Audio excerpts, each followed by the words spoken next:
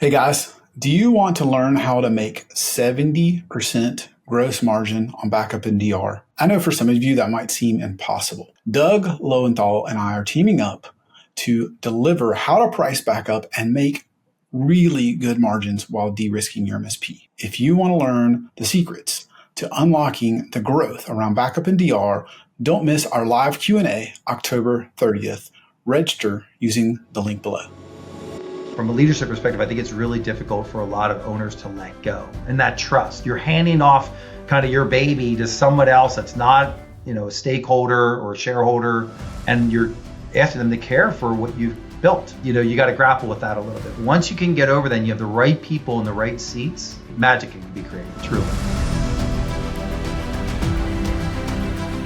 Hey guys, Damien Stevens, host of MSP Mindset, founder and CEO of Servosity. Today, I continue my mission to interview 100 of the fastest growing and most interesting MSPs on the planet. Today, I had the blessing of being joined by Elmo Taddeo. Now, he's built his MSP to 8 figures in just over a decade, sometimes growing $1 million per year while privately funded without acquisition. And he learned things like, I need to invest in team and culture first. I need to be more vulnerable and open as a leader. And I need to learn to let go faster than I ever thought possible. If you want to learn how to do that for your MSP, don't miss out on our conversation today. Elmo, I'm super excited to dig in and talk about your story today.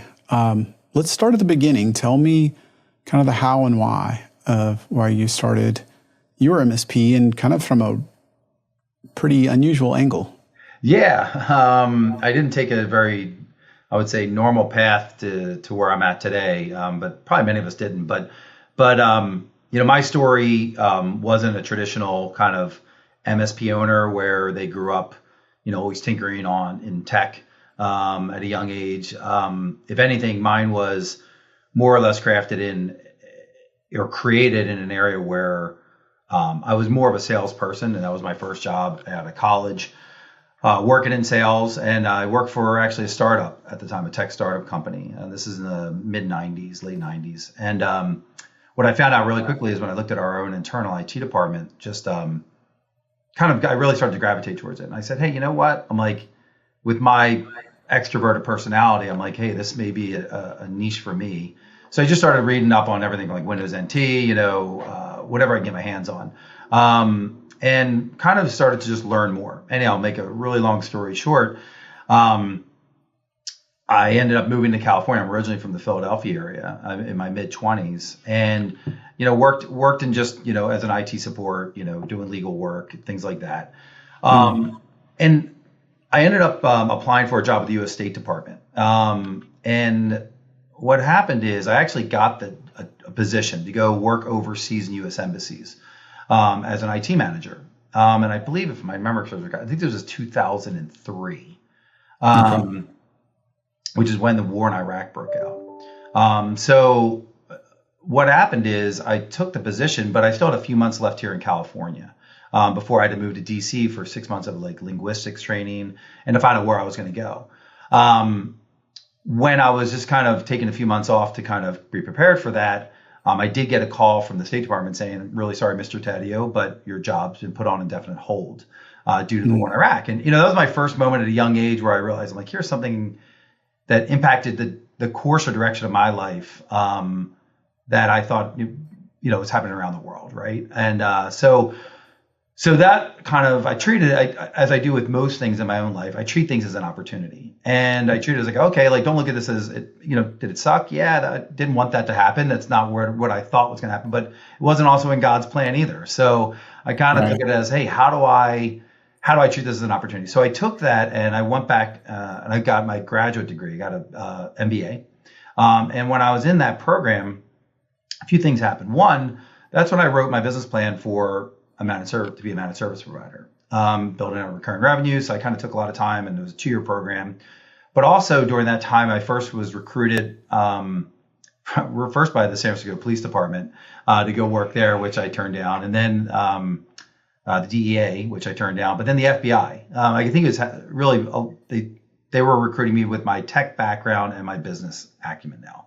Mm. So when it was the FBI, I've always had, obviously, I was kind of drawn to government work to some extent with the State Department. So I threw my hat in the ring for the FBI, knowing that this is probably not going to work out. But I'm like, you know what? They asked me to apply. I'll give it a shot.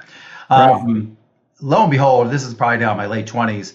I started my business out of graduate school, and I'll tie it back with the FBI here momentarily because I started my business. And I started just, as a one-man band, just doing everything on my own, everything from every aspect of the business.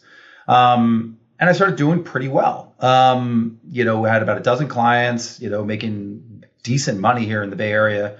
And I was starting to grow this.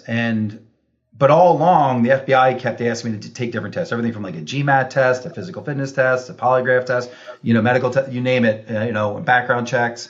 And I kept passing them. And they seem to be on a cadence of every 3 to 6 months. So, you fast forward 4.5 years, my business now is thriving. The FBI is like, congratulations, Mr. Taddeo. You've been accepted by the FBI. You have 30 days to report to Quantico. And what I failed to mention in this story is, I got married in that time period. I had my first son was born. And I believe my wife was pregnant with my daughter. So here I am, in 2008. And I tell my wife, look, if I don't do this, it'll gnaw at me the rest of my life. My ego is going to get the best of me. However, I know that it's probably not the right decision and really had to do with finances. The salary that the FBI started you at was $47,500 to start in Quantico. So very low salary considering what I was making with my MSP. So, did you have any employees at that point? No, but I brought on somebody to run my business while I was going to the FBI. Because I was like, there's no way I can afford this. And that was my first mistake. Again, 1 foot in, 1 foot out. That's a career you don't put 1 foot in with. You got to dive in 2 feet. But I knew that I just couldn't really make the financials all work. So anyhow, what ended up happening is move the family. We, trucks come, move us from San Francisco. I'm in Quantico. My wife's back on the East Coast, which we're both from originally, staying with her parents and my son. And I'm in Quantico, and I realized, I knew within the first week, kind of hit home, it's just not the right time for me in this, what's going on. And I did. I was only there a few weeks, and I realized I ended up resigning and going back into the private sector. So it was a very short-lived experience, but I always tell people, if I didn't accept and go to Quantico, I'd always wonder and regret. And I don't have that. So I'm really, the best decision I made is actually going, even though I created a mess for myself, with life, so to speak. But the second best decision I made was leaving. And I mean that very sincerely. I mean, if I was single and not married, I'm not having this conversation with you, Damien. I really wouldn't be. I think I'd be very happy there, but my priorities changed to really my family more so. Yeah. And I was content with that, but it took me getting there to kind of really, I had some hard conversations with myself in the Edgar J. Hoover Library. I remember even just really grappling with my ego. And I'm proud. And I kept saying to myself, you accomplished what you wanted, which is to become an FBI agent. Like, Elmo, you did it. You don't have anything to prove. And that's really what it was, is what are people going to say? All these external things that were going on in my head. And I'm like, that's all in my head. And it's just noise. So it took me a while, but even after I left the Bureau, it still was there for a while. But now I can talk about it so openly because I have no regrets. So that's kind of the backstory with, my very short-term government work. I guess it was just never meant to be, or I don't know, maybe my next chapter here, whatever it looks like in life, maybe there still is government work in my future. But for now, it brought me back into the private sector, and brought me to now the CEO of Parachute. Let's jump towards where you are now, and then we come back and talk about some of the others. Share a little bit about where you are in terms of size, company revenue, that sort of thing. Yeah. So today we're, beginning of 2025, we're sitting at around a little over $11 million in total revenue. We're just about 70 employees. We have a team in the Philippines, about 25, 30. The rest are US based. We're what I would consider a real pure MSP, meaning that almost 70% of our revenue is MRR, monthly recurring revenue. So we really kind of designed a model that's just heavily designed for recurring revenue. We're not perfect. Nobody is. Anybody that tells you they are, they're lying.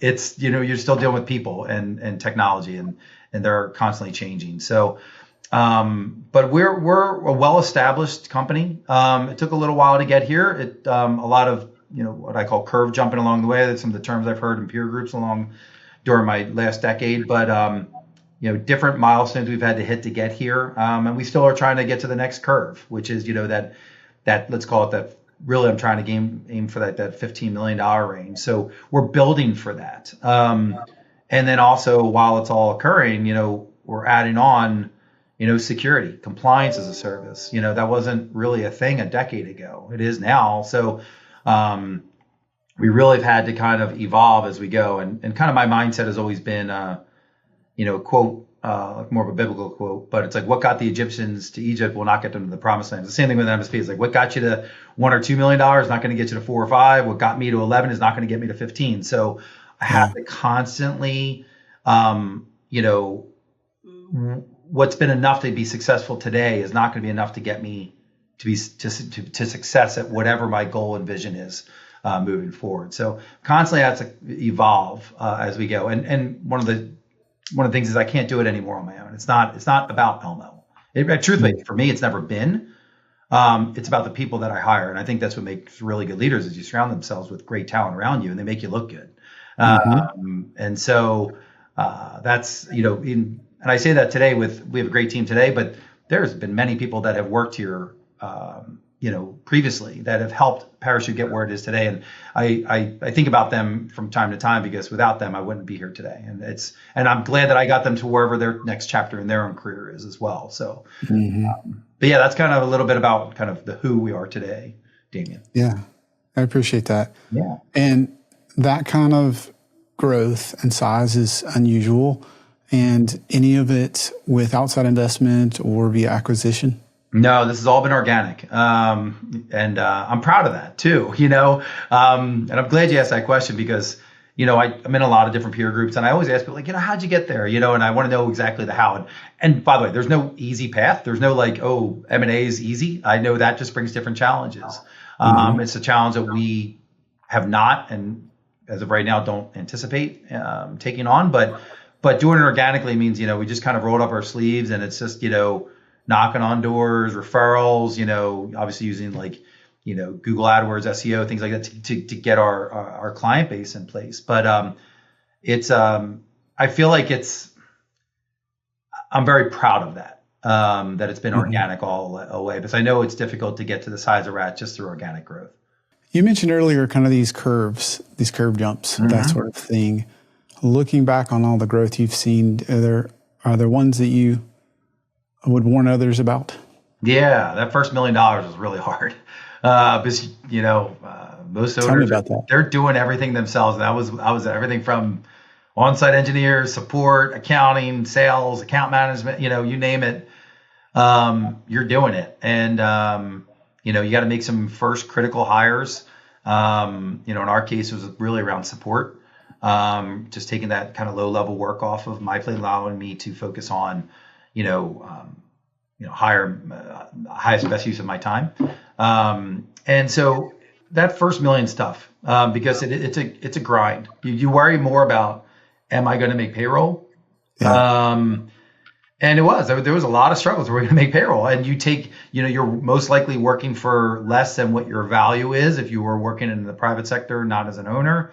So you take a lot of risk, but you got to have a lot of belief in yourself. And so, but as we kind of scouted, that first $1 million was tough. But then also once you kind of got that first $1 million, then you start moving. But I found like that going from about 2 million into that 4 million range, you need to start to invest. And again, you start to feel like, okay, you made a little bit of money now. You feel like you're successful, and you are. I mean, I would deem that as a success, but it's a milestone. And then the next milestone is depending on where owners want to go. For me, it was like we always said we wanted to get at least 10 million. Now we've already hit that. It's like, all right, we have different goals and visions. But for us to get the $2 million level into the $4 million level, we had to start to invest in like other leaders now, managers, And that's a lot more overhead. And so what is their capacity to take that on? So you kind of go, I kind of look at the curve as you're at the top, but then you got to go down to get to the next curve, which is higher, like up and to the right. And so in order to do that, you got to take some risks, you got to invest some money, invest some more time, and you got to roll up your sleeves again and do it kind of all over again. And I feel like I've been through about 4 stages of those curves to get here. I'm in the middle of one right now, truthfully. Right now, at the size we're at, I would argue that we are overstaffed. I know we are from just a strictly metrics perspective. Like I know we are. And in particular with management, but we're kind of built and designed today for that, $13 to $15 million range. So we can grow into this. So I'm willing to invest financially, operationally, the energy and the time and the money, because I believe we're going to get there. And I have no reason to doubt that, because we've been able to hit all the goals and milestones we have in the past. So, but there's always these curves you have to jump, and we're on we're in that curve trying to jump over right now as we speak. So, yeah. You've reached a point that most don't, certainly organically, but most don't ever in terms of company revenue, company size, and tons of other things, right? That's just the outward things. What do you attribute to this level of growth and success? It's a good question, Damien. I mean, there's probably a few things that come to mind. One, I'll start with peer groups. They've been instrumental in educating me, not just professionally, because that was always originally my first goal, but also personally. When I first joined my first peer group it was with the formerly HTG, I went in this, with this, I'm going to learn so much about business, and I did. But there was really a component about, life planning, legacy planning. And honestly, I was like, I don't need that. I care about what's in front of me right now. And it took me about 2 or 3 years to figure out I was kind of rudderless. I was, the captain of a ship, but I didn't know personally even where I wanted to go. All I knew is I wanted to grow, quote unquote, successful MSP. Right. And so once I started to really buy in to the legacy planning, the life planning, all of that, I started to realize, I put pen to paper, what my vision is.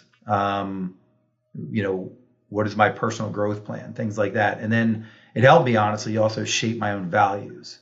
And then those values obviously are incorporated now into Parachute.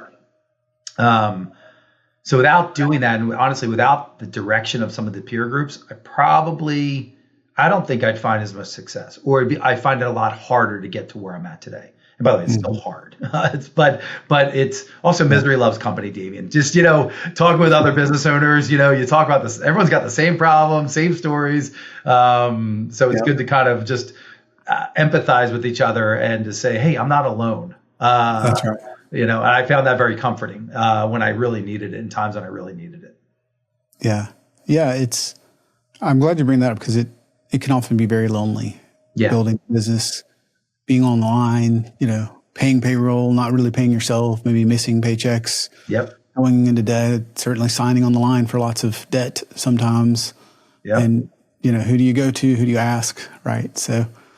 Yep. I always say it's like, people look at the CEO position or an owner position as, one with high praise, right? And honestly, I honestly mean this. I see it completely differently. I see it's a very lonely position, or it can be. And it's also one where, excuse my language, but there's a quote that says like shit rolls downhill. No, it rolls uphill.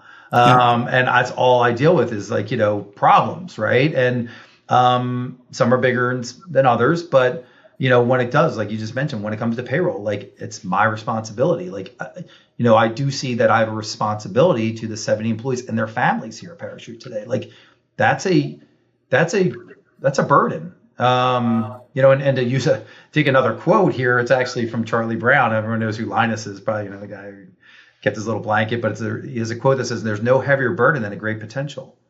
And that's how I look at the CEO position. It's great potential, right? This company has great potential, but it's a burden to run it. And I take that as, that's kind of what helps get me up in the morning a little bit, but it's a heavy burden and that we all carry. Sure. And it doesn't matter if you're $1 million or $10 million or 20, you still have that burden, but it's something that we all have to carry and kind of wear a little bit. That's why these peer groups are so helpful.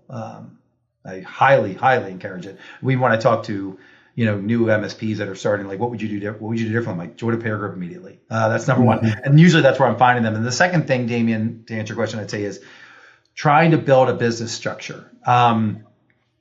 Today we use EOS, internally, but there are many different business management platforms. I'm not saying one's better than the other. It's kind of where we put our flag in the sand, stake in the sand. But it's been great for us. We started that about 4 or 5 years ago. And again, going back in time, I really wish I started that when I was like that $2 million range when I started to build out managers, because I probably lost good talent. I know I did, because I didn't know how to manage one. I didn't have a great structure in place. And, Damien, I have 3 kids, and I have a great wife. What makes our personal life go with our family is stability and structure. I feel like those 2 terms can be absolutely applied to any business. You create stability and structure. And I first was starting this out, it's like, I didn't understand how to build that structure. And it's kind of like being a new parent, you're figuring things out. That's kind of how I looked at myself. I was like, I'm new to all this. And, I'm still new today to being an $11 million, whatever MSP I am. So there's still new things I'm learning, but I'm also still learning things about being a parent with now 3 teenagers, So it's a very applicable, the business and life, especially from an ownership perspective. So peer groups and some operating system or structure like EOS is what you attribute some of your growth or success to. Absolutely. Those are 2 key attributes that have helped us along the way, for sure. And then now it's, there's just the concepts that I've learned through peer groups and through EOS, truly, where there's like one term, letting go of the vine, right? And it's like, really, it's about delegating. Like, as owners, especially when we did everything, it's hard to let go. Look, I got no problem with letting go. Probably a little too much, but sometimes you're like, all right, you got to inspect the work, which is an important aspect of being a good manager. But from a leadership perspective, I think it's really difficult for a lot of owners to let go. And that trust, you're handing off kind of your baby to someone else that's not, a stakeholder or a shareholder, and you're asking them to care for what you've built. It's tough. That's, you got to grapple with that a little bit. But once you can get over that and you have the right people in the right seats, you can do some great magic can be created, truly. I think that's the hardest part, is getting the right people on the bus and then making sure they're in the right seat. But if you can do that successfully and, keep them for, a period of time, you can create some amazing products, services. Really, I call it like magic in this business. How has that affected how you lead? Tell me about your leadership. For me, I'm a very authentic person. So my leadership style is one more around like being vulnerable. And vulnerability to me is like embracing, openness, being authentic, but also humility is a big aspect of that as well. I'm a cog in the wheel. That's how I look at it. I'm part of this business. That's all I am. I mean, I don't even care like how it got started. It's about like where I'm at today. And when I am now like talking with my direct reports or other leaders in the company, it's about, look, it's a willingness to admit mistakes. Like, believe me, I could write a novel of all the mistakes I've made, but that's how you learn, right? And I'm willing to allow people that work with me make mistakes. I always say, just try not to make the same mistake twice. Acknowledge that there's uncertainties. Like COVID. I mean, I had to explain to the company about there was a lot of uncertainties back then. And try and express like emotions that like foster trust, like, deeper connections. And it's not just about business. It's about getting to understand people on a personal level, like embracing empathy, connecting on a human level, and recognizing that people just like me, we all struggle. Everybody struggles. That's right. And offering support. That's huge. I mean, we've had employees, they've had deaths in their family. It's like, well, how do you handle that? Like, Do I give them 3 days of bereavement? Really? Like, I don't know. I mean, is that, I mean, and maybe that's appropriate. Depends. But, sitting down talking with the person in the organization, it's really about then trying to encourage like psychological safety, let's call it. Like, it reassures, your employees, like it allows them to take risks because you want them as leaders. You want them to take risks just like you did, and you will. That's right. It allows them to share ideas and not feel like there's a fear of like harsh judgment. Like that is huge. And I feel like there's a lot of styles that are out there. I've worked for people like this where you're afraid to speak up. Mm-hmm. Damien, like my favorite department in an MSP is the account management. Why is that? And I'll tell you why, because I feel like you're getting for free. We're actually getting paid by the company to get an MBA. You're going to work with, call it 20 accounts, different clients, different industries, different cultures, different styles. And so if you are really embracing that role and getting naked, getting to learn that business, your client's business, you're going to start to understand how their culture is. And when I was doing that type of work, I loved it because I saw with some leaders what great looks like. And I was like, I want to mirror that. Mm-hmm. Then I saw what terrible leadership looks like. And I go, I'm going to remember that and don't mirror it, but learn from that, right? Don't ever do that. And it's just like a free MBA. I mean, you can't ask for something better.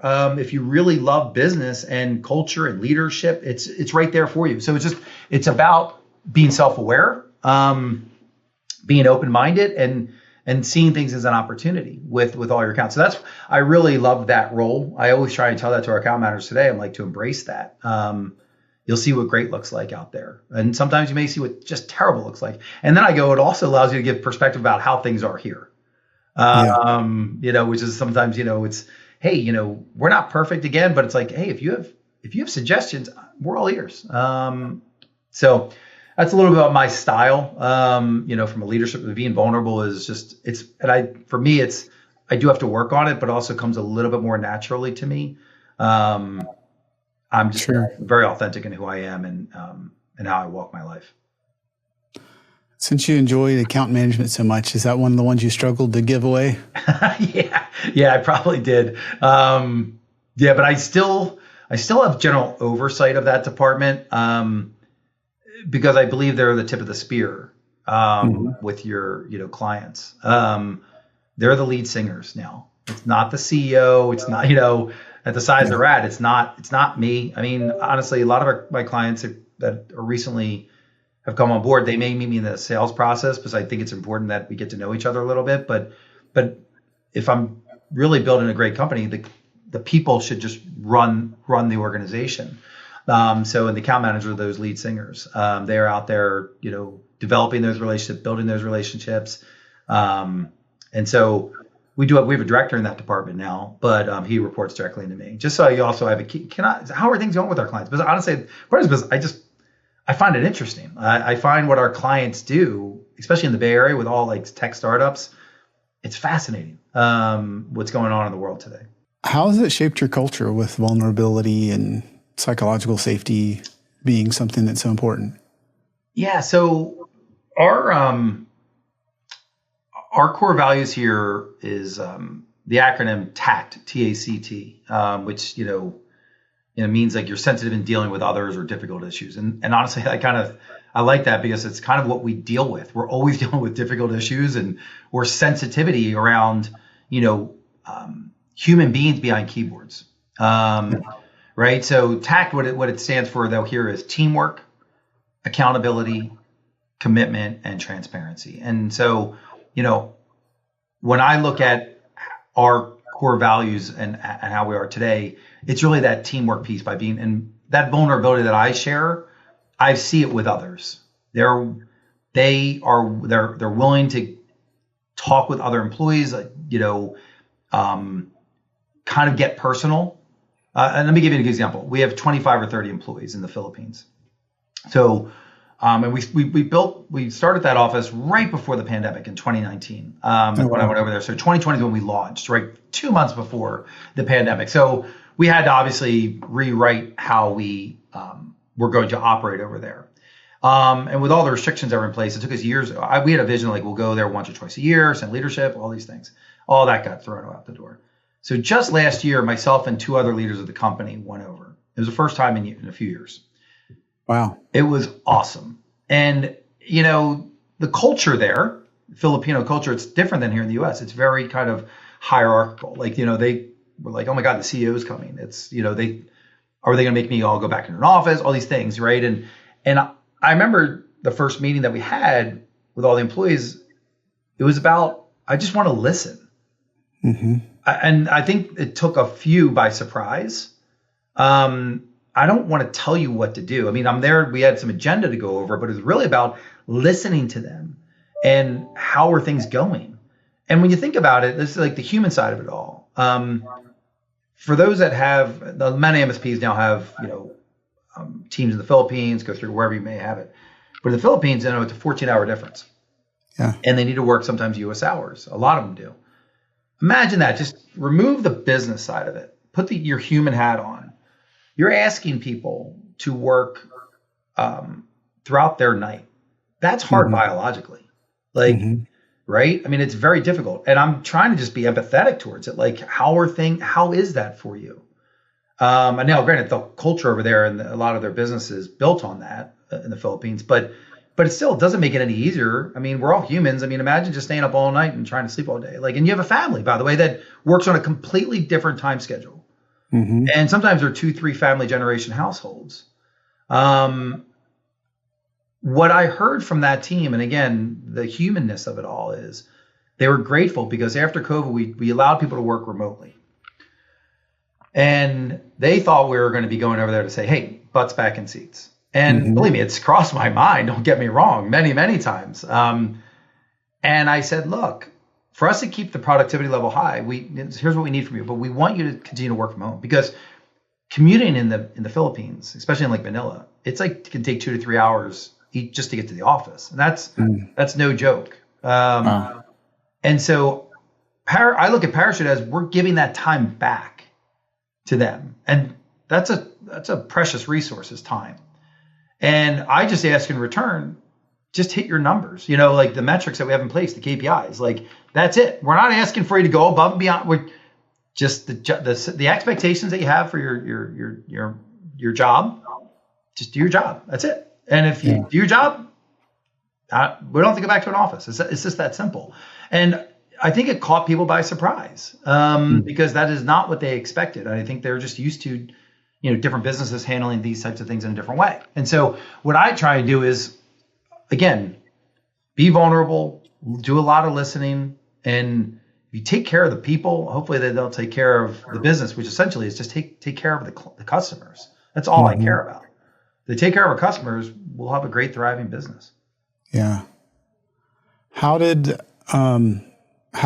you able to impact the Philippine workforce because of the difference in things like compensation and that sort of thing? Well, I mean, I think we compensate our team well over there. So that's important. But I'll be honest, the true compensation to me is flexibility in their lifestyle again, allowing them that they don't have to commute. Many employees after COVID, we had an office, we allowed them to go work from home. Many of them moved back to their local regions, for example, Damien. So the impact there is, they may have moved back to one of the remote islands. And I just said, as long as you have stability from an internet perspective and, backup power, if they have that, we got to make sure that you have that. That to me is the most impactful thing, because many of them maybe moved to Manila for the job, or Cebu, which is where our HQ is at. But now we're saying, hey, if you want to move back to your, whatever island you're from to be with your parents, you can do that. And I think that's what differentiates Parachute a little bit from many other companies, especially MSPs. Like, we really do care about our people. Not that others don't. I know everybody cares about their employees, but it's action speaks louder than words is the way I look at it. And to me, that action is, because there's many MSPs and owners that I talk to, and it's like they already got people back in the office. And I get it. Like, I looked at our productivity, it was down. No doubt, when people were working remotely, and still is, and we're trying to get it back. And that's why I said, hey, we're for probably a few percentage points off of where we should be. Let's just have an honest conversation about that. And again, the numbers don't lie. Like we're showing, hey, here's where we were in 2018, 19, here's where we're in 22, 23, 24. Like what changed? Well, the world changed. But okay, the world, this is going to be, this remote work isn't going anywhere. We can force people back, but then we also potentially lose good talent. Do we want to take that risk? Well, we can. I'm sure we'd find good talent, but at the same time, I'm like, let's see if we can solve this problem together. And that's how I look at leadership, is like, look, it's not just me in a silo making these decisions. And I mean, honestly, most decisions I make, they're done at the executive leadership team. I don't make decisions in a silo really rarely anymore. It's about bringing it up there, and it's like, look, let's talk about it. Let's have a healthy conversation around it. That's one way I've learned my mistakes is, sharing these ideas and allowing the group consensus to make bigger decisions. So, I hope that answers your question around the impactfulness of the Philippines. But weren't you telling me before this something about just because of the differences there, you're able to pay above average and create kind of this generational impact? That is true. There is, as I mentioned, there's many of our employees, they have multiple generational households. And so I know that Parachute is helping provide for that. And so we pay a little above market rate. And we're fine with that because I know the impact that it's having upstream and downstream in their family is immense. And, when I was, again, being vulnerable here, when I was on the way back from the Philippines, when I was there last year, 14-hour flight, I got a lot to contemplate and think about. But there were so many impactful moments for me. I was crying to myself because I saw the impact it was having on our employees. And I'll be honest, Damien, I struggle a little bit with my purpose. Like, what am I really put on this earth to do? And it's like, am I really here to keep networks up and keep people secure? To me, but I sometimes have to reframe my own mind about that. Sure. And it's really about, and so what that trip gave me was a perspective that I'm helping 25, 30 families, and not just the individual themselves, but their children and maybe even their parents. And without me going there, I didn't see it. So it rejuvenated me in a lot of ways too, which I needed. So that's what gives me energy, is seeing what my impact is. So in many ways, Damien, I would say the impact wasn't more, sometimes it's more what it's doing for me than what it is that I'm doing for them. So, yeah. I love that. Is there any other time you felt like vulnerability has helped you see something you didn't expect? Yeah, I mean, there's been many times along this journey where, you're going to lose a big account or an important employee, and you kind of get this, or I would get this tunnel vision, irrational fear that everything's breaking down, everything's going to fall apart. And the reality is you get through it, one way or the other. You kind of maybe have to roll your sleeves up a little more. But it's a moment in time. And now when those types of problems occur, I don't stress nearly as much as I used to. And a lot of it, it's probably maybe my mindset, but it's also, we're a bigger organization. We can absorb a lot more. So I do recognize that, because it's harder when you are smaller. Because that means you're having to be thrust back into whatever role that employee was doing, or that client is leaving. Now, how am I going to get payroll? But it's like anything, you put a good plan in place and you just have to execute it. Even, in those moments when it's, you have 30 days notice, put a plan in place and just try and do your best to execute it. I think that's, those are challenges that we all deal with. And even today, I deal with different challenges, but I try not to. I have a rule now. Don't make any big decisions until you go to bed. Get a good night's sleep. Wake up tomorrow. Do you feel the same way? But sometimes you get caught up in the moment, or at least I do or did. And it's like, well, maybe your emotions are just getting the best of you. Just sleep it off, right? And then wake up the next morning. A lot of times I have a different perspective, much more calmer perspective on things. And it helps me then be a lot more just like, focused on, okay, this is how we're going to probably go about handling it. It's interesting. You don't see like a particularly emotional decision maker or a fly off the handle. Inside, I am, Damien. Yeah. But I try and be cool, calm, and collected. But it's your livelihood. It's our owners. It's our livelihood. It's what provides for not just your own family, but all these other families. So, when you do have these moments of, let's call it despair, that's where I just say, take a deep breath, get a good night's sleep. And this is also where, if I'm really struggling, it's where those peer groups come back into play. It's like, reach out to one of your fellow owners. Guaranteed they've been through it before. Or something similar. So that's where it's, building that peer group and the relationships around it. Because again, I'll go back to what I said earlier. It's a lonely position. It is. So you got to find people that can really, truly empathize and understand what you're going through. It's tough. So for the folks that are listening going, I want that. Do you have a recommendation of how to find that? And not just the peer group, but I imagine, your needs have changed. Who you can go to has changed. The problems have changed. So do you have any suggestions for how do I figure out who's the right group of people to join in the season? You mean like peer groups, Damien, are you referring to? Yeah. There's now a handful of them. Everything from like Robin Robbins, she's got a peer group. I know there's like True Methods. There's, as I mentioned, HCG, now it's Evolve. I think there's Vista Group. There's a bunch that are out there. I would research them. I would do interviewing of actual members that are in the organization, like myself. By the way, it should be bi-directional. Like when new members join our groups, I like to interview them. And sometimes there's misfires. I've seen it happen multiple times where, either the owner is honestly not the right fit. And then sometimes it's not the owner that's not the right fit. The business isn't the right fit. Like we can't help them.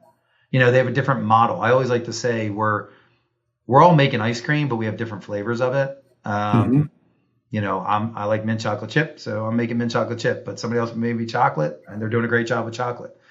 So when we talk with these other business owners, it's like, how are you constructed as an MSP? And, you may hear, I'm actually 50% of my sales is doing, telco. It's like, all right, I can't help you. Like, it's great. And if you're making money, keep doing it, but go find people that are telco like-minded, So understanding your business, and then who do you want to be?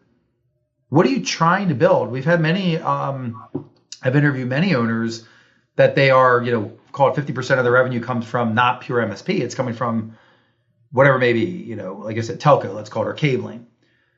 But they want to get deeper into MSP. And that's why they want to join this like our peer group. And I'm going, well, all right. So make sure that you're lined up. Maybe they need to be with the smaller MSPs, like the one, and I mean smaller in size, like because you're learning as you go, but they're probably not the right fit to be with the $10+ million MSPs because we're having just different conversations. Yeah. So understanding who you are today, understanding where you want to go and who do you want to be, and what timeline that is, interviewing with these peer groups, and then really talking to, if you have the opportunity to, members of these organizations. Because I can tell you right now, they'll be friends for life if you're doing it well and you're really sincere and passionate about it. I have friends for life now through this. That's huge. It is. I'm grateful for it. Some of them have left the actual industry. We still stay in contact a lot. So we've talked so much about how you've gotten here. I know it takes both, but has there been massive unlocks on kind of the sales or marketing side that's allowed you to hire the people, or do you feel like it's the people have allowed you to build the rest of the organization? Yeah, our philosophy here has always been sales first, marketing sales first. Since we started, you can't do anything without sales. You can't build a business, you can't make payroll. So sales for us has been, we were adding over like $1 million plus a year in new client sales. Wow. Just organically, and it's all was really done mostly through SEO. We're a byproduct of the Bay Area, big market, but a lot of competition too. But we've been very successful at selling, and partly, pat myself on the back a bit. I mean, when you have an owner-led sales, I'm having real conversations. But again, it goes back to, it's like, why? What makes us different than the other 5 MSPs they probably interviewed? And I like to think it's conversations just like this. It's just being authentic. Like, I will tell an MSP, we're not perfect. And if you're looking for perfection, then I'm sorry, you're going to be greatly disappointed no matter what you do. Yeah. But I can tell you, when we do make a mistake, and it will happen, it's about being accountable, going back to our core values, right? So, my conversations are obviously like explaining what we do, how we do it, and why we think we're great at what we do, but also realizing, look, it's a relationship. That's what this is. And a relationship, it takes two to make a relationship work. And I think a lot of times, clients or customers, they don't get that. Like they're like, oh, you're just going to take care of everything. It's like, no, we will, but we need interaction. We need your involvement, and, we've hired and lost clients along the way. We've fired clients along the way. And, it's like any relationship. Sometimes it just doesn't work. It maybe flames out over a number of years. So I've kind of gotten tougher skin around that. It used to really bother me. It's like, oh my God, why does this client want to leave?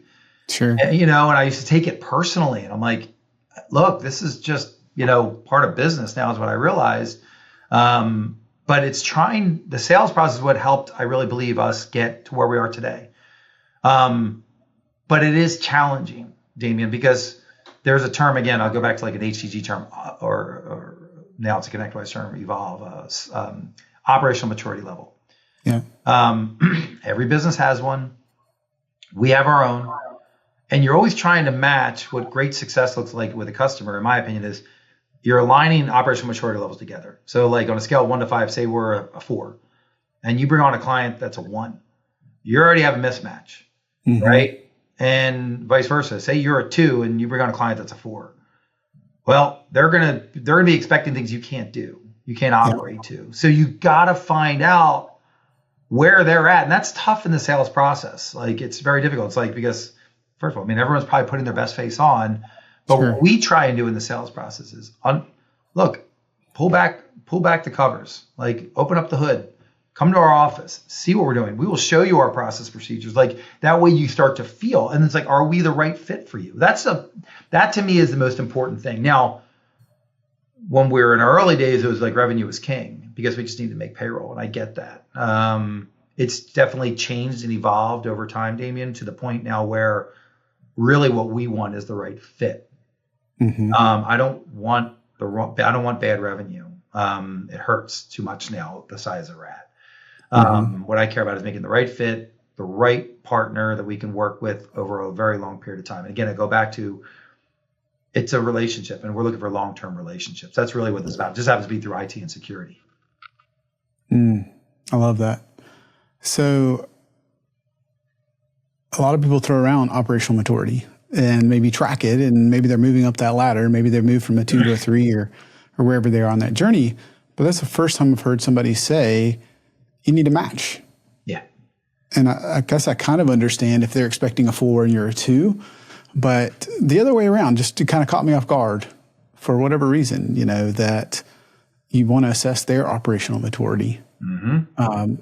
Because I think we all say we don't want a bad customer, but how do we define that? Right. So I think that's really interesting to try to understand their operational maturity level. If you have a high level and they have a low level, that could be a pretty big difference. Yeah. It's interesting. In some ways, like, I feel like it should be common sense, but in many ways it's not. But all that conversation is allowing us to do is to set expectations. And isn't that what we're doing in any relationship, is setting expectations? Whether it's an employee that's going to work with you, you're setting expectations. Here's what's expected of you. Here's what's expected of parachute. Here's what we expect. The customer, hey, here's what we can do, and here's what we're really good at. Here's where you're at. And here's, you're mature. you're setting expectations properly. So you hope that, you're not 3-6 months in and there's this misalignment. It was like, well, I thought you guys are this. No, like, well, we kind of went over that, So to me, it's like an alignment and expectation. It's just reframing it around maturity level. And the goal is always we're moving everybody up and to the right, including ourselves, right? I mean, that's what when you really look at what we are tasked to do as an MSP is move your client's operational maturity level from an IT and security perspective up and to the right, helping them build process procedure, whether that's like onboarding forms, offboarding, new computers, you name it, like all the things that we do. A lot of times clients come to us because they don't have those things and they're looking for us to help build that into their environment. So that's our responsibility. So does that mean if you're, let's say, a 4 operational maturity and the customer's a 2, that it might be a fit if the expectations are we need to bring you up, and there may be some investment not only in dollars but maybe even in time on your side? That's exactly right, Damien. It's exactly right. It's like, look, and I love it when a potential new client is honest with us right out of the gate, because we have a whole slide around this, and I go and I give them like, hey, here's where, and we first come out, this is where we're at, and we're not a 5. That's like, in my opinion, like the Googles of the world, big organizations, enterprise level, that have a lot of resources they can put at this. But we're good. We know where we're at, and I'm honest about it. And when they're honest back with us and they say, hey, here's where we're at, I go, where do you want to go? Well, we'd like to get to that. Say they're at a 2. Like, we really want to get to the 3 or 4 in the next year or 2. All right, now let's talk about what the effort will be to get you there. And that's what I think you were driving at, is like, it could be financial, it could be time, it could be resources, and it's meeting them where they're at, right? It's like, look, this is going to happen in 3 months, by the way. Like, it just doesn't work that way. Because what the biggest thing that I try to emphasize to a potential client around this is culture. You start putting all this process procedure around technology and security, it's going to have an impact on your culture. So let's talk about your culture. What does it look like today? What do you want it to be? And we've had clients, it's amazing to me, they'll come on board and 3 months later, the CEO is like, I don't want those agents on my machine. And we're like, well, that was, you should have been on that sales call, but he's not. And now we're having the wrong conversation, right? Yeah. And they want to be secure, but the owner, he doesn't want it. He doesn't want it on his stuff or her stuff. And that's those are tough conversations, because the people you're probably dealing with, your points of contacts, they're not the owners of that company. And so we're all caught in this now awkward situation. And again, I just try and say, let's get on a call with the CEO and let's explain the why. I have a sticky note. I leave it on my monitor. It's 5 whys. Always has 5 whys, right? So what I always like to do is understand, okay, explain to me, Mr. CEO, why you don't want these tools on your system. All right. They give the first answer. All right, let's ask a why on the second part, the third part, right? Then you finally get to it. It could be just complete, again, irrational fear. It could be a number of things, right? But it helps kind of alleviate emotion from the conversation and just get to like brass tacks, like, hey, here's what we're dealing with here. And if you really want to go from 2 to 4, you can't do it without getting these tools in place. So somebody misspoke maybe during the process, and that's okay. But we got to kind of rectify it now. So that's kind of how I think those are super important conversations to have right out of the gate. I want to go back to the transition from owner-led sales. Yeah. I don't know that there's anybody that's nailed that the first time. Yeah. I'm curious, how did you make that work? Because I think it's really easy just to, first of all, you're probably a little bit atypical in terms of you're not the tech guy that was an introvert and was only the tech guy. And so then I would say, I certainly ended up hiring somebody that sounds good. Yeah. But they're really not quite what I thought they were. And then I didn't have the expectations to kind of figure that out as quickly as I should have. So what do we need to be looking for to make that transition successful? Yeah, it's hard. I watch many MSPs struggle with this. Some ways I was very fortunate. We had my first non-owner sales rep a woman named Rebecca. She's still with me today. She runs that department. She was an account manager here, but she worked in the MSP space for over a decade. So I think that's critically important is one, having somebody who understands the MSP space. A lot of times people come from other industries, traditional sales folks, and this is a relational sale. Mm-hmm. That's what this is. And they don't understand our business inside and out. I think they're going to struggle, but doesn't mean people have not been successful. But I think that's one thing that I look for. Now, in Rebecca's instance, she worked in different areas of the business. She came to our company as an account manager, and I noticed right away how good she was. In a year, I poached her. I took her from that team. I did right away because I'm like, she's good. She can kill it in hunting sales. Mm-hmm. And my director at the time was not happy. He really wanted her to stay as account manager, but she was doing great there. But the truth is, she was she was better suited here, and she has a bigger impact on the company in this role versus just an account management. Mm-hmm. And it wasn't like she was leaving; she can still give mentorship and time like that to the account management team. So after like a year or two in the account manager role, she came over. The key was for her success, and I believe this to be true for a lot of roles, but in particular, this sales position, is the time you need to spend on that person to train them up. And since it was owner-led sales, that has to be me. And I think a lot of owners do not spend enough time hand-holding the next, whoever the first non-owner-led salesperson. They spend a month or two and it's like, all right, you're good to go. Mm-hmm. I was on every sales call for the first years, just like I was before. But it was a crawl, walk, run approach. And I was like, just be on these calls and just listen. I don't need you to do anything. Just understand how I do it. Mm-hmm. Then I said to her, you're not me. Don't be me. Yeah. Find your own voice. Find your own authenticity. I go, be you. And we did a lot of rehearsals. Then we started to transition a little bit. I give her half the presentation. I do a half, right? And we just kind of work on it together. Then, the back half of the year, she's doing everything. And I'm just there as kind of shaking hands, waving hands, kissing, shaking hands, and, kissing babies kind of a situation. And what I realized is, and I mean this to be true, she does it better than I do. Wow. And I take immense pride in that because that is what a good leader should be doing is training, mentoring, and having somebody take something and then evolving it and making it better than what you did. And that's what she's done to our sales process. But it takes time. So advice to anybody who's listening is kind of in that phase of or evolution of their MSP businesses. You need to spend a lot of time in that resource so they can really get off the training wheels and, ride their bike on their own. Because I just find people are just impatient. And I get it. I get it. But if you want to find good success, you put the time and effort in. Yeah. A year is a long time. I can see a lot of people moving past that. I also seen sometimes I've jumped and wanted to bring in the experience, especially if I wasn't that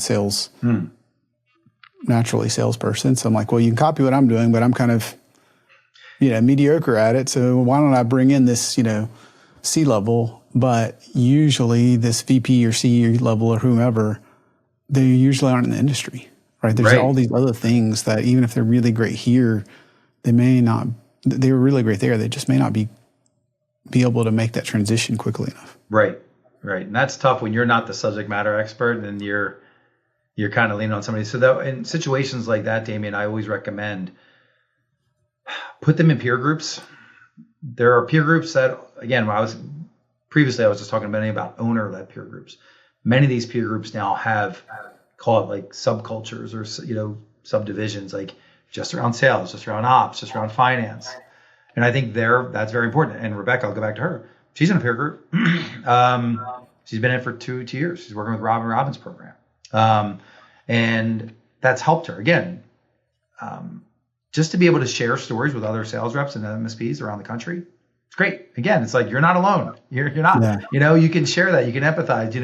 Here's what's working well for me. Here's what's not working well. And you share these experiences. Again, I think that's really important. But also it's empowering for that employee, where they're not just learning what what Elmo or Damien is telling them. It's, hey, now they're starting to expand their horizons and say, hey, well, this company in, Idaho is doing this company in Texas is doing this. Maybe we should incorporate that here. Great. If you're good leaders, like, put together a plan. Let's look at the plan, and then maybe we can, beta test it or whatever, So I think if for situations like that where I'm not the subject matter expert, I like to put those employees in those positions where they're surrounding themselves by just brilliant minds as well, and iron sharpens iron, so it can only help the company out. I think that's a huge gift to them and fantastic advice, because it's still hard.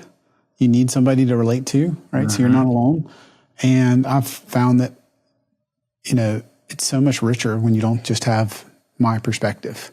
Right. Here's how Damien does it. Yeah. Because you've got to find your own voice. But if you see how others do it, you can pull in better practices than I ever thought of. You can see it from different vantage points. Yeah. Yeah. And I like to say, like, it goes back to that vulnerability, like willing to admit mistakes. Like, I'm not perfect. I don't have all the answers. But one thing about, like, most owners, if you're a good leader, you may not have the answer, but you got to go figure out how to go get it. Mm-hmm. And that's where it's like peer groups can help. Like, they, I don't know. I don't have all the answers. If I had all the answers, my God, I wouldn't be $11 million. I can tell you that. So, yeah. But that's the whole point but they're looking to you for direction. Mm-hmm. And if you get to a cross street and you don't know where to go, you just don't stop. You got to say, all right, let me facilitate you to work with this peer group or these other people that can help get you the answers that you need to help us, the company, be successful. Let me switch gears and ask you, what's the biggest lesson you've learned in all your years? For me, when I started being honest with myself,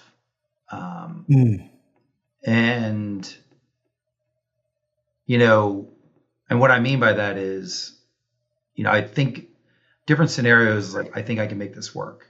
I think I can make this work. But my intuition was like, this is wrong. This isn't going to work. And 9 times out of 10, my intuition was correct. And it's not that I didn't trust it. It's just, it was almost like I took the path of least resistance.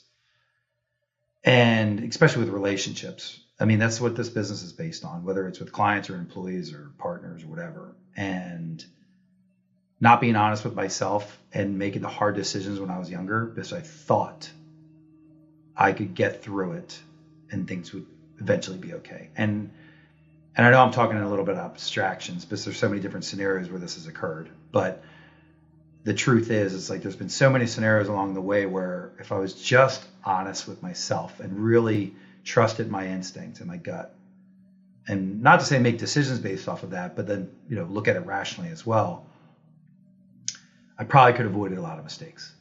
And today, when I'm making decisions, and this goes back to, I talked earlier about what is your life plan. I never wrote down what are my personal values ever. Mm-hmm. Now when I make decisions, they're a lot easier to make because I follow my values. Mm. So even if I make the wrong decision, I know in my heart I tried to do the right thing, right? And that makes things a lot easier for me when I'm even making just simple decisions. Like, just a good example was we were on a level 10 meeting just the other day with my account management team. We have a client we're offboarding, but they actually are, and then they just told us they're unwinding their company. And so there are two different things in our world, like offboarding a customer and then unwinding is like, well, that's kind of like a project. You want us to do all these different things, And so the client's expecting now there's ambiguity. They're telling the account manager, well, I want you to do both. And it's like, wow. And so the account manager was asking this great question. And I said, look, she doesn't know how to answer the questions. And I go, what's one of our core values is being transparent. So I go into ConnectWise, show them our offboarding project plan. Just show them the plan. This is what we do. But the things now you're asking us to do, you're not going to see them as part of this plan. Mm-hmm. So just be transparent. Like this is, And by just sometimes just saying that, she's like, it was like a light bulb moment. Like, oh my God, I never really thought of that. It's like, yeah, I mean, at the end of the day, I'm like, they may not like what you have to say, but I'm like, this is how we operate. This is what an offboarding looks like. And what you're asking us to do falls outside of that scope. So let's just have a conversation around that. What exactly, again, are your expectations? And so years ago, when we were smaller or something like that, I could see that if you don't have that kind of build out that thought process, like then you get into an emotional conversation, right? And it's like, oh, we don't do that. Why are they asking us? It's like, no, like remove all the emotion from it. And, again, going back to your original question, it's like, look, I trusted my instincts, putting fact behind it. Probably would have avoided a lot of mistakes, but also probably it wouldn't have helped me have grown. So I don't look in the river mirror with like, oh, I wish I did this. I wish I did that. Everything happens for a reason. I'm here at this moment, having this call with you for a purpose. But that's what I would tell people is, look, don't look back, move forward, but learn from it. Just try and learn from all these, whatever call mistakes or, misjudgments, whatever. Try not to do it again. Well, speaking of that, knowing what you know now, what's one thing you would do differently or do over? Get your legal documents in order right out of the gate. So I know nobody would spend money on a good lawyer, but honestly, from a tactical perspective, hire good lawyers, make them talk to you in layman's terms, what everything means, like your bylaws, all that stuff. Get it down, understand it. I was young and ignorant, made some mistakes earlier in my career. Learned from it. I feel like I got a JD degree now, but also had to pay for it too. So that's one thing from a tactical perspective. From like a business perspective, if I was like kind of starting over again, I'll harp back on some of the themes that I brought up before. Get a business management process in place right out of the gate. Create structure for your organization, and then by doing that, you're going to create stability. So structure is super, super important. And a peer group will allow you to do that. It'll give you the foundation, so you're not trying to figure things out on your own. We're not creating rocket science here. This has been going on for decades. So all we're trying to do is be great at what we do. And really that's one of the key things is just be you, be great at what you do. Do your best. Don't make any assumptions. Don't take anything personally, and be impeccable with your word. It comes out of a book called The 4 Agreements, which I'd recommend to people. It's like practical guide to personal growth, right? And what I mean by that is like impeccable with your words, speaking with and acting with integrity. If you do that, you don't take things personally. Don't make any assumptions. Just do your best. You're gonna do all right. You're gonna do just fine. Given all that's going on in your business, the industry, all kinds of things going on, what's something you're looking forward to now? I'm looking forward to the unknown a little bit. Like I'm kind of, interesting. Like we have a roadmap of where we're trying to get to with the business, but that's the business. Me as a person, I honestly believe this is not, I don't identify myself with Parachute. I know many owners do. Sure. They have that career identity crisis, let's call it. Like I am Parachute. I do not see Parachute I'm part of the cog in the wheel. And I think there's more in store for me in this life. And I don't know what that is. I'm still on that journey, Damien. But I'm searching for it. I'm putting the work in, putting the effort in. I'm praying for it. It'll come to me, and it still is. And I'm accepting of the fact that I don't know what that next phase is. And that phase may be I'm still here for another decade. It phase means I could be here for 2 more years. I don't know. But I'm searching for that. And, I'm 50 now. My kids, again, it's where I'm at in my own life.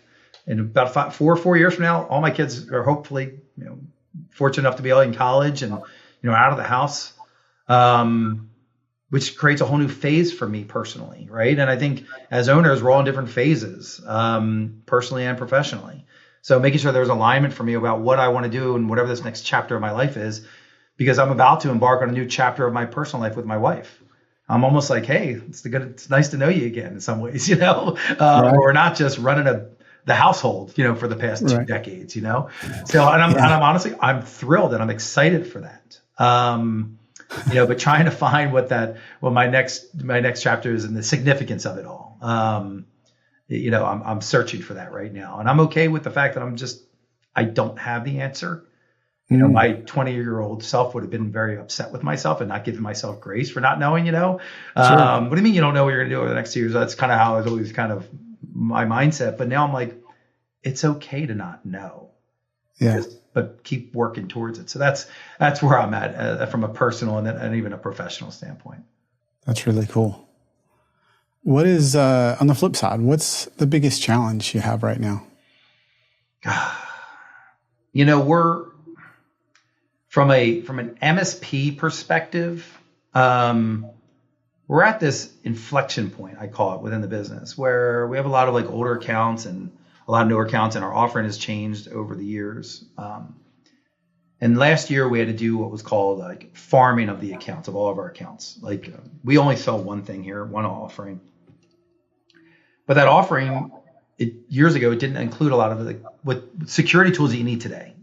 Mm-hmm. So I invested in a team of 5, a SOC, a NOC, internally a parachute, and all the tools that go along with that. But we had to go back in front of all our clients and say, hey, look, you need to do this, and it's going to cost this. And guess what? That ruffles feathers. It's just part of it. So it's like harvesting your crops, right? So you're going to potentially lose some accounts, but it's what's necessary to move me forward. Yeah. From a liability perspective, what's best practice, operational maturity level, all the things, right? So that was painful. 24 was painful to do that. But it's necessary. Again, and the reason why I know it is because I talk to other owners and they've had to go through the same thing. So it's I'm not the first one to ever do this. This is, if you're trying to be the best at what you do, this is part of that process, right? It's kind of like shedding the D clients and trying to only keep your A, B, and C's, and can you get the C's to the B's, that kind of a thing. So this year, now that we went through that exercise, is now kind of walking into this new crop. That's kind of how I look at this year, 25, and to build upon that. So that's kind of the challenge that we face here today. We also face culturally, I feel like it's a different world than it was 10 years ago, Damien. People are, just humans in general, they're less tolerant. Mm-hmm. They're much, you can do 99 things right. You do one thing wrong, we're going to fire you. And this is for any MSP. It's everyone that's probably going to listen to this will know exactly. They're going to empathize with that. Yeah. And it's really remarkable. And we'll even show clients but you didn't do this, whatever. And it's right, you're right. Don't get me wrong. Again, we're not perfect. We're going to have that, right? And so I'm trying to, for me, it's building better relationships with our accounts, and it's not just with our points of contact, with the whole company. And I feel like that's a challenge because many of our clients today, they work remotely. Some of them don't even have an office anymore. So how do you get deeper relationships with customers that when their culture is quite fragmented as well? It's tough. Mm-hmm. I don't have the answer. We're still searching for it. We did a SWOT analysis on it, our annual last week. We're really digging into it, but I find that's a challenge that we're kind of trying to figure out at the moment and work towards. Yeah, it sounds like a worthy challenge. Yeah, and someone's just listening to our accounts. How can we get better? How can we deepen being authentic? That's how I look at it. It's let's go talk to them. Let's get out. And so that's one of the challenges we have, Damien. What's the number one book you'd recommend others read? Leadership and Self-Deception. Okay. I forget the author's name. Great book. People that work directly underneath me, I always ask them to read it and I want them to read it right away, because then we can start to have real conversations. And the premise of the book is we all live in our own box. Mm-hmm. You got to get out of the box. You got to really listen to people. And again, we live in our own little worlds, our own little bubbles, and leadership and self-deception. We can deceive ourselves sometimes. And so that would be my number one book. It's something I recommend to all my team, really, but people directly working with me, it's a requirement. You have to read this book. So. That sounds like an amazing read. It's a great read. Yeah, it's good. For everybody that's listening, if they'd love to find you online, what's the best way to do that? I'm not a big social media guy. I'll tell you that right now. It's probably with my background in the FBI, that short-term stint. But I really try and stay off of social media. That said, LinkedIn is probably the best thing. Okay. Yeah, LinkedIn. You can find me on LinkedIn. Feel free to connect with me and start up a conversation. Wonderful. Make sure to take Elmo up on that opportunity. And Elmo, this has been amazing. I feel like I could ask you questions for so many more hours. Yeah. Thank you for your gift and your presence, and thank you for being on MSP Mindset. Damien, thanks for the opportunity. Maybe we'll do this again.